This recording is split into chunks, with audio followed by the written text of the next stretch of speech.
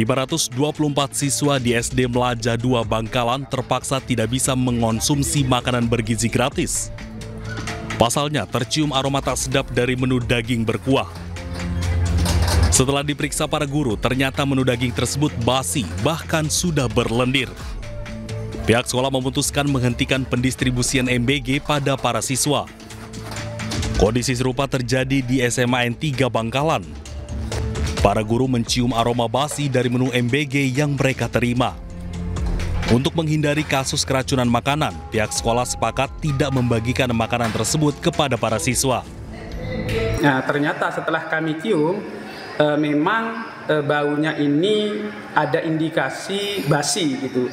Jadi kami tidak tahu apakah itu basi atau enggak, tetapi baunya ini memang bau seperti basi, seperti itu. Kami sampaikan kepada kepala sekolah untuk tidak menerima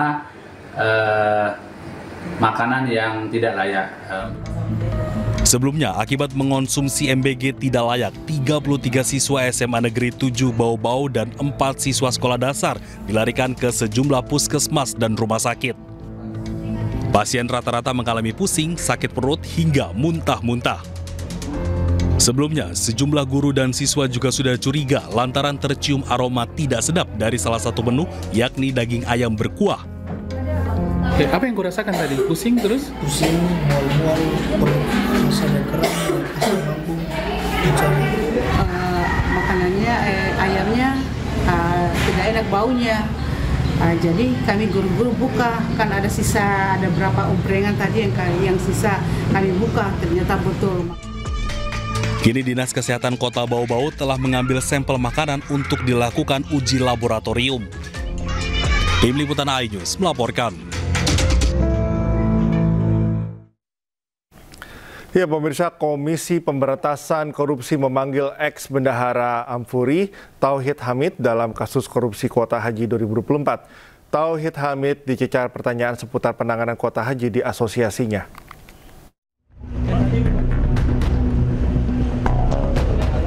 Komisi Pemberantasan Korupsi memanggil ex-bendahara umum Ampuri, Tauhid Hamdi, sebagai saksi atas dugaan tindak pidana korupsi kuota haji penyelenggaraan ibadah haji 2023-2024. Ia dicecar pertanyaan seputar tugas dan fungsi bendahara asosiasi pada penanganan kuota haji. Dirinya membantah penyidik mencecarnya terkait dugaan setoran uang dalam kasus kuota haji. Ia juga mengaku tak mengetahui secara detail alokasi kuota haji tambahan yang diterima asosiasinya. Dalam penyelidikan ini, KPK telah meminta keterangan sejumlah pihak termasuk agen travel haji. Keterangan mereka penting guna mengetahui pendistribusian kuota tambahan tersebut. Enggak dibicarakan KPK setoran 4.500. Kalau Ampuri sendiri itu jatah kuotanya dapat berapa kemarin, Pak? Ampuri kurang tahu ya saya, karena saya sudah diampuri lagi. Oh, udah. Iya, saya sudah tidak diampuri lagi pada saat kejadian kuota tambahan itu, sehingga saya tidak mengetahui Ampuri dapat kuota berapa.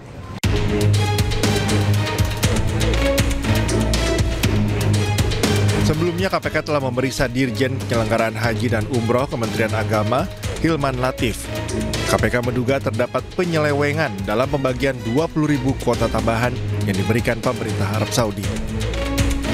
Dari Jakarta, Anissa Rizkia, Sadusanto Budi, Tri Julianti, iNews melaporkan. Pemirsa, KPK menyebut pendakwa Ustadz Khalid Basalamah telah membocorkan materi penyidikan kasus dugaan korupsi kuota haji ke publik. Ustadz Khalid menjelaskan dalam sebuah podcast terkait duduk perkara pengembalian uang ke KPK.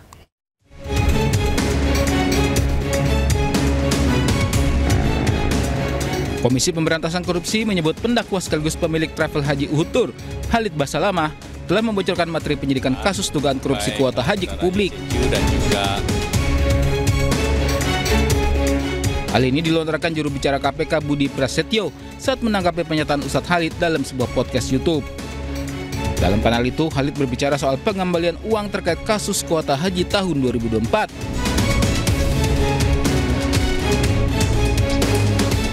Dalam sebuah podcast, Ustadz Khalid menjelaskan, uang itu berasal dari PT Muhibah Mulia Wisata travel haji yang sebelumnya menawarkan visa haji khusus kepada Khalid. Khalid mengaku ditawari visa resmi dari Kementerian Agama oleh Ibnu Masud dari PT Muhibah, namun dimintai uang tambahan $4.500 Amerika Serikat atau sekitar 72 juta rupiah per jemaah. Tiba-tiba salah satu staf kami dihubungi oleh pihak Muhibah, minta ketemu, terus uang yang 4.500 visa dikembalikan. Loh, kok dibalikin?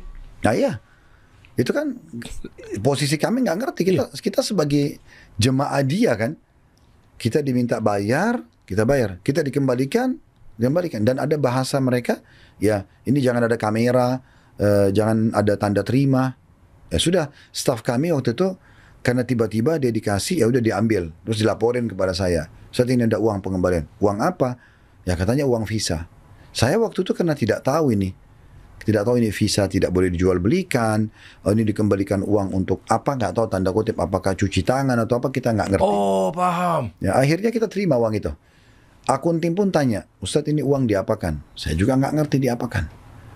Datanglah surat KPK pemanggilan, kami waktu mau datang ke sana, pertama yang datang staf kami diwawancarai dan diminta data-data, kami kasih semua data-data. Saya bilang kena bahasa teman-teman KPK itu, Ustadz tolong bantu kami. Oke. Sebelumnya Ustadz Khalid juga pernah diperiksa KPK sebagai saksi untuk membantu mengungkap kasus dugaan korupsi kuota haji. Kasus ini terjadi di bawah kepemimpinan Menteri Agama era Presiden Jokowi, Yakut Khalid Qomas. Tim Liputan iNews melaporkan. Dorong santri menjawab tantangan zaman, peringatan Hari Santri 2025 dijadikan momentum memperkuat peran pesantren di tingkat nasional dan global. Rangkaian Hari Santri dimulai 22 September di Pondok Pesantren Tebu Ireng, Jombang, untuk membahas isu kebangsaan dan memperluas jejaring pesantren. Halakah Hari Santri rencananya digelar di 8 titik strategis mulai dari Jombang, Jakarta, Palembang hingga Yogyakarta. Agenda besar lainnya adalah Musabaqah Qiraatil Kutub Internasional pada tanggal 1 hingga 7 Oktober di Pesantren As-Adiyah Sengkang yang akan diikuti santri dari seluruh provinsi dan sejumlah negara Asia Tenggara. Agenda Hari Santri ke-88-nya menggambarkan tentang komitmen santri membangun negeri. Yang kedua adalah komitmen negara memberikan rekognisi sekaligus juga kontribusi negara bagi pesantren. Nah, di dalamnya yang pertama adalah memastikan program-program pemerintah firm diterima para santri. Apa itu? MBG, kemudian CKG, bantuan beasiswa. Ini adalah kehadiran negara. Belum lagi terkait dengan...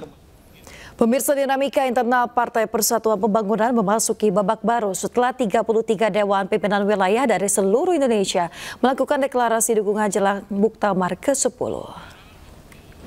Walaupun DIY itu kecil, Pemirsa, deklarasi itu menegaskan penolakan ketua umum dari luar partai serta komitmen mengawal muktamar agar berlangsung damai dan demokratis. Nama Muhammad Mardiono muncul sebagai figur yang didorong untuk menjadi ketua umum periode berikutnya. Mardiono pun menyambut dukungan tersebut dan menggarisbawahi bahwa tantangan utama P3 adalah mengembalikan representasi di parlemen.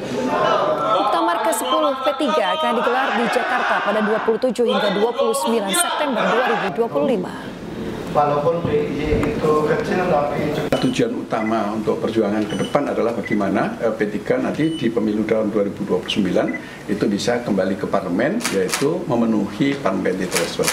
Tentu ini perjuangan yang tidak mudah, sehingga perlu kebersamaan, ya, perlu bergandeng tangan seluruh lapisan kader seluruh Indonesia untuk berjuang secara